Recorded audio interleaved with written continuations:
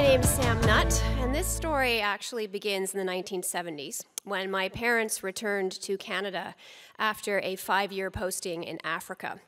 And I was an infant when we'd left Toronto, which is where I was born. And so coming back to Canada at the age of 6, well, you couldn't call me a newcomer.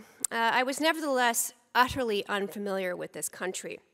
The neighborhood we moved into at the time was as old as I was. It was the kind of newly built housing development that is nestled beside a busy 400 series highway, which became the white noise of my childhood.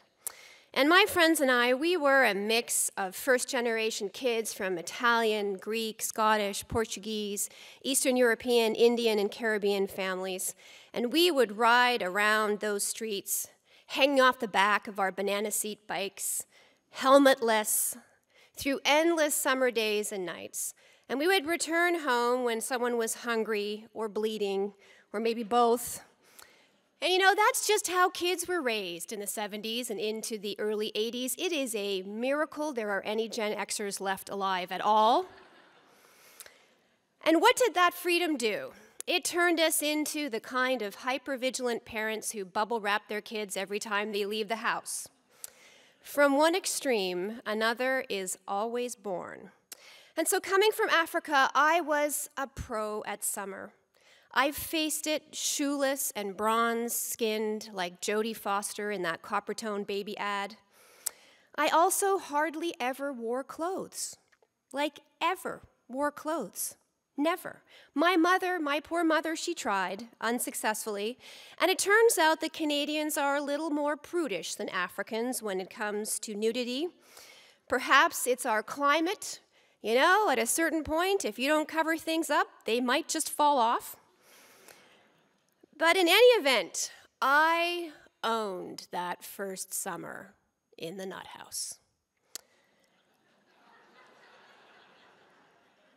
By fall, I was ready to renounce my citizenship. Without warning, the banana seats were crudely packed in the back of the garage to make room for school books written in a strange foreign language, French. My parents had chosen an immersion school back when Trudeau, the other one, was making them popular, and when it all seemed like a giant Skinner experiment.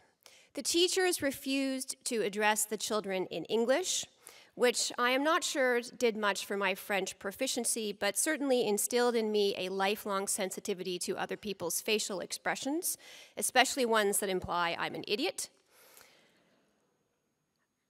Sadly, though, tragedy loomed. One day, in late November, the most horrifying, terrible thing happened. It snowed. I watched it from our second-story window and shouted, "Mom! Come quick, the clouds are broken!" Now, I knew something about this. I had read Chicken Little, the older English version, you know, the one where the fox eats them all in the end, right? Good night, moon, it was not. And instead of making things better, my mother did the unthinkable. She stuffed me into a giant sleeping bag with legs and shoved me out the front door. "Your first Canadian winter, honey, have fun." And she declared this in that maternal way that let me know this was not open to interpretation.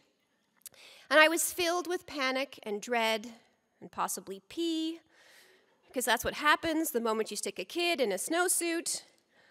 And in that moment, I did what I imagined legions of new Canadians have done when faced with snow for the very first time. I ate it. That's right, I stuck out my tongue and scarfed down those snowflakes like a frog in a fly swarm. And I was a tenacious child, and I didn't quit until I had eaten my way through the entire driveway. One small step for the preservation of humankind. My exasperated mother eventually yelled from the front door, "Sam, for God's sake, will you stop eating the snow and just play in it like a normal Canadian child?" So in my quest to figure out and become a normal Canadian, here's what I've learned. We are, to be sure, a country that is resoundingly polite, so long as you never find yourself in Toronto during rush hour. We are suspicious of political extremes and for the most part tend to land in the center, thus avoiding much of the pageantry and insanity that so frequently afflicts our southern neighbors, even if our own democracy could benefit from a few renovations, something I find politicians like to talk about before they move in, but then seem content to abandon once they've unpacked the boxes. At least the roof isn't leaking. We don't possess nuclear weapons and don't aspire to, because as long as it remains possible to blow the world up 15,000 times over, we figure nobody wins. We don't start protracted wars in foreign lands, then close our borders to the very people threatened and displaced by them.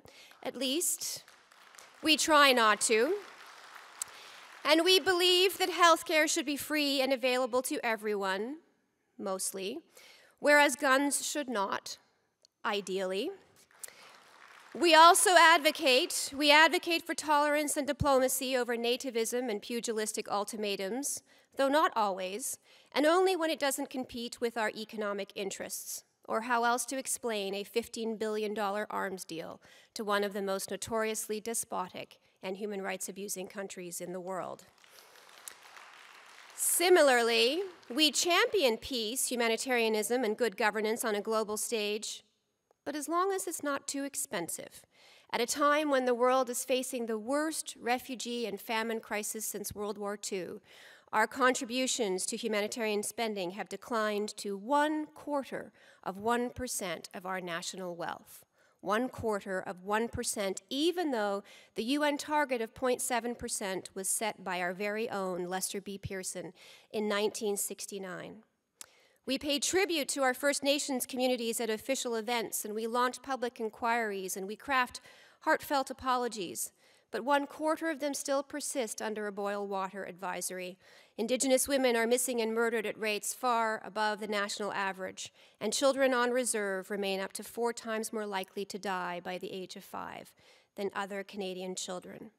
These are the irreconcilable addendums to our nation's good intentions. And if we desire a better country, there can be no better places to start. This is the birthday of one particular and rather exclusive Canadian story, 150 years since Confederation. It is a time to gather the friends, haul out the red and white, crack open a beer. But there's one thing about birthdays after a certain age. Beneath the veneer of self-satisfaction, there's a disquiet about the many things we'd hoped we'd be by now, but have yet to figure out. No matter how old we get or how successful, there is room to grow, improve, and make amends. I've changed a lot since my snow-eating days in all ways but one. Those worlds beyond our borders remain an indelible part of me, and I can't shake them. War zones in Africa, Asia, and the Middle East, places that are at once beautiful and perilous and complicated and heartbreaking. And I have made and lost far too many friends in those corners of the world, and on a few occasions, that violence has almost claimed me. But through it all, there has been one constant, and my sanity and my reprieve, and that's this. Canada is my home, and I wouldn't have it any other way. Thank you very much.